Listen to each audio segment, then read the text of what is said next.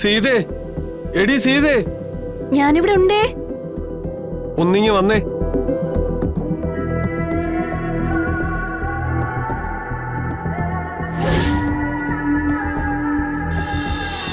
പുറത്തേക്ക് നിന്നോ, എനിക്കിപ്പോ കുഴപ്പമൊന്നുമില്ല. മഹേട്ടാ,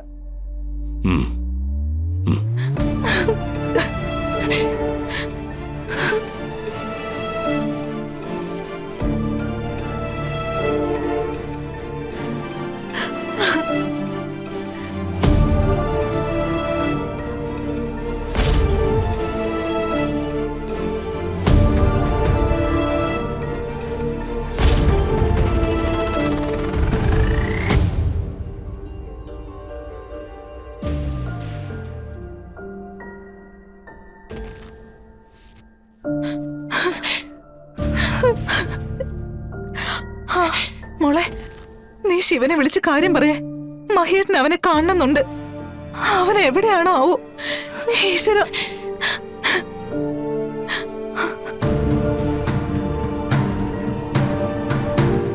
രേഷ്മയല്ലേ? ആ അതെ.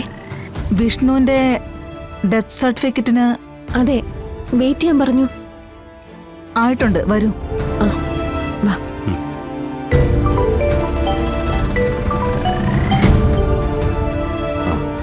ചന്ദ്ര പറഞ്ഞോ. ഏട്ടാ, അച്ഛൻ ഇന്നലെ രാത്രി ഒരു ആക്സിഡന്റ് ഉണ്ടായി. ആക്സിഡന്റോ? എന്നിട്ട് ഹോസ്പിറ്റലില് ഏട്ടനെ തിരക്കുന്നുണ്ട്. എത്രയും പെട്ടെന്ന് ഇവിടെ എത്തണം. മോളെ, ഞാൻ കുറച്ച് ദൂരെയാണല്ലോ. എങ്ങനെയെങ്കിലും ഇവിടെ എത്തണം. ഏട്ടൻ അറിഞ്ഞിട്ടോ അച്ഛനോടുള്ള വഴക്ക് കൊണ്ട് വരാത്തെന്ന് അച്ഛൻ വിചാരിച്ചിരിക്കുക. ആ വഴക്ക് കൂടി മാറ്റാൻ ഇതൊരു ചാൻസ് ആയിട്ടാ. ഞാൻ ദാ ഇവിടെ നിന്ന് ഇറങ്ങിയ നേരെ അങ്ങോട്ടാ വരുന്നത്. മോളെ, എന്താ അവൻ പറഞ്ഞത്? വരും.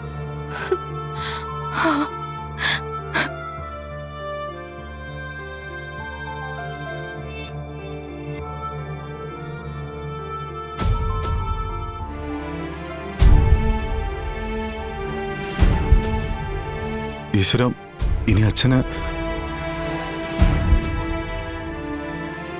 ശിവ.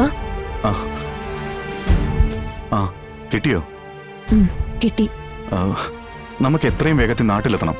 എന്തു പറ്റി? ആർക്കെങ്കിലും സുഖമില്ലാതായോ? എന്റെ അച്ഛനൊരു ആക്സിഡന്റ്.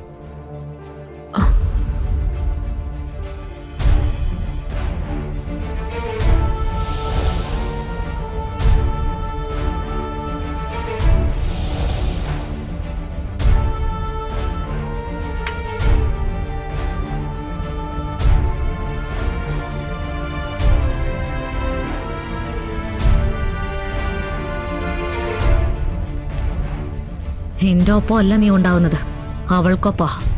ആ കളക്ടർ ശാലിനിക്കൊപ്പം. ഇനി എനിക്ക് നിന്നെ വേണ്ട. അത് ഞാൻ തീരുമാനിച്ചു കഴിഞ്ഞു. എന്റെ മനസ്സിൽ നിന്നും നിന്നെ ഞാൻ എന്നേക്കുമായി കത്തിച്ചു കളയാ.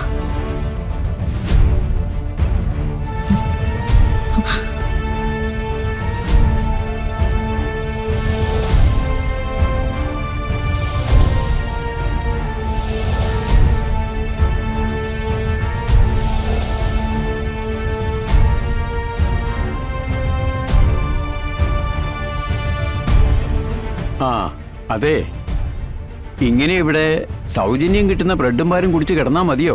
ഓപ്പറേഷൻ ചെയ്യണ്ടേ? ഭാര്യ വീട്ടുപണിക്കും കൊച്ചുങ്ങളെ നോക്കാൻ പോയിട്ടുവാ ഇവിടുത്തെ കാര്യങ്ങളൊക്കെ നടത്തുന്നത്. കിട്ടുന്നതുകൊണ്ട് കുടുംബത്തിലെ കാര്യവും നോക്കണ്ടേ? ആ എന്നാ പിന്നെ ഇവിടെ വേദനയും തിന്ന് കിടക്കേണ്ട കാര്യമുണ്ടോ? കാശുണ്ടാക്കിയിട്ട് വന്നാ പോരെ. കൂടെ ആരും ഇല്ലേ? എല്ലാരും കൈയൊഴിഞ്ഞു പോയോ? ഇല്ല, ഭാര്യയുടെ ഒരകന്ന ബന്ധു സഹായത്തിനായിട്ടുണ്ട്. എന്തോ വാങ്ങിക്കാനോ മറ്റോ പുറത്തേക്ക് പോയിരിക്കുന്നു.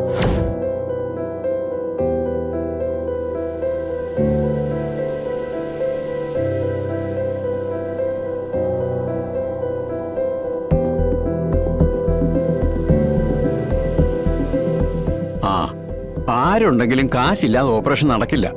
എവിടെ ബൈസ്റ്റാൻഡർ? ഞാൻ അവരോട് സംസാരിക്കാം. സീതേ, എടി സീതേ, ഞാനിവിടെ ഉണ്ടേ. ഒന്നിങ്ങി വന്നേ.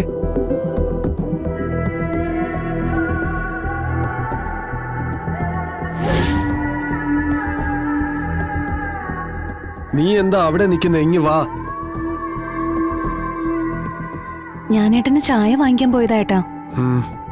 ദേ പഴംപൊരിയും വാങ്ങിച്ചിട്ടുണ്ട്. സീതേ, ദാ ഇവരെന്തൊക്കെയോ ചോദിക്കുന്നു. അതെ, സീത എന്നല്ലേ പേര്? അതെ. ഇതെന്താ നിങ്ങൾ ഇങ്ങനെ ഇയാളെ ഇട്ടേക്കുന്നത്? ഇയാളുടെ അസുഖം മാറണമെന്ന് ഒരാഗ്രഹവും ഇല്ലേ? അസുഖം മാറി ഇവിടുന്ന് പോണൊന്നുമില്ലേ? ചേച്ചി ആ പണത്തിന്റെ കാര്യങ്ങളൊക്കെ നോക്കുന്ന. കാശിന് വേണ്ടി രാപകലില്ലാതെ പണിയെടുക്കാ ചേച്ചി. അതുകൊണ്ടാ ഞാൻ ചേട്ടനെ നോക്കാൻ വേണ്ടി ഇവിടെ വന്ന് നിൽക്കുന്ന. ഓ, നിങ്ങളിതിങ്ങനെ നീട്ടിക്കൊണ്ടു പോയാലേ ഇയാള് തളർന്നു കിടന്നു പോവും. പിന്നാർക്കും ഇയാളെ രക്ഷിക്കാൻ പറ്റുമെന്ന് തോന്നുന്നില്ല. എങ്ങനെയെങ്കിലും പണം ഒപ്പിച്ച് ഓപ്പറേഷൻ നടത്താൻ നോക്കൂ. ഡോക്ടർ ജേക്കബ് കുര്യൻ സാറല്ലേ നോക്കുന്നത്? അതെ. 10 പൈസ കൈക്കൂലി വാങ്ങിക്കാത്ത ആളാ. ഇത്രയും മനുഷ്യസ്നേഹിയായ മറ്റൊരു ഡോക്ടറില്ല. അദ്ദേഹത്തിന്റെ പേഷ്യന്റ് ആയപ്പോ തന്നെ ഇയാളുടെ പാതി അസുഖം മാറിയെന്ന് പറയാം. ഇനി ഓപ്പറേഷൻ കൂടി കഴിഞ്ഞാ ഇവിടെ ഇയാള് ഓടിച്ചാടി നടക്കും. ഇല്ലെങ്കിലേ പെട്ടിയിലാക്കി കൊണ്ടുപോകേണ്ടി വരും. എന്തിനാ ഇങ്ങനെയൊക്കെ പറയുന്നത്? അസുഖമായിട്ടിരിക്കുന്നവർക്ക് വിഷമാവില്ലേ? പണം കിട്ടാത്തോണ്ടല്ലേ? അല്ലെങ്കിൽ ഞങ്ങളിങ്ങനെ നീട്ടിക്കൊണ്ടു പോവോ? അങ്ങനെ പറഞ്ഞിട്ട് കാര്യമുണ്ടോ? സമയത്ത് ഓപ്പറേഷൻ നടത്തിയില്ലെങ്കിൽ ആളിന് എന്തെങ്കിലും സംഭവിച്ചു പോയാ നിങ്ങൾ ഞങ്ങളെയല്ലേ കുറ്റം പറയൂ?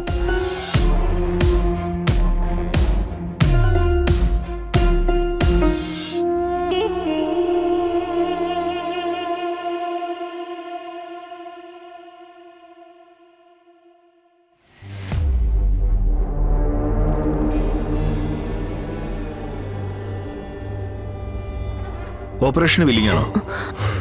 ആ അതെ. ആ ലിസ്റ്റിംഗ് ദാ.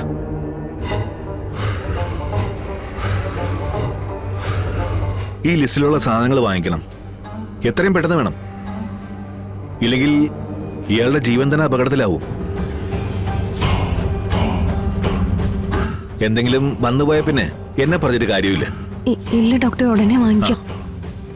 സാറേ, ഇത് വാങ്ങിക്കാൻ ഒരുപാട് കാശാവോ? ഞങ്ങള് പാവങ്ങളാ.